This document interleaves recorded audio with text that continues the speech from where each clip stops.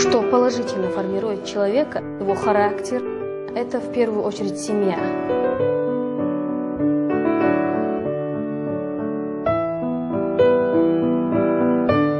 Потом уже второе место, я считаю, занимает общество, в котором он живет, работает, учится.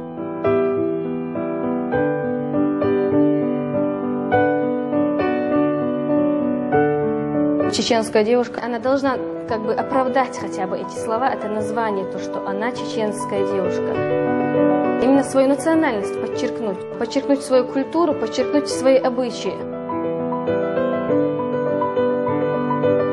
Вот это самое понятие, ощущение того, что она чеченка, она, мне кажется, она будет вести соответственно, она будет выглядеть соответственно.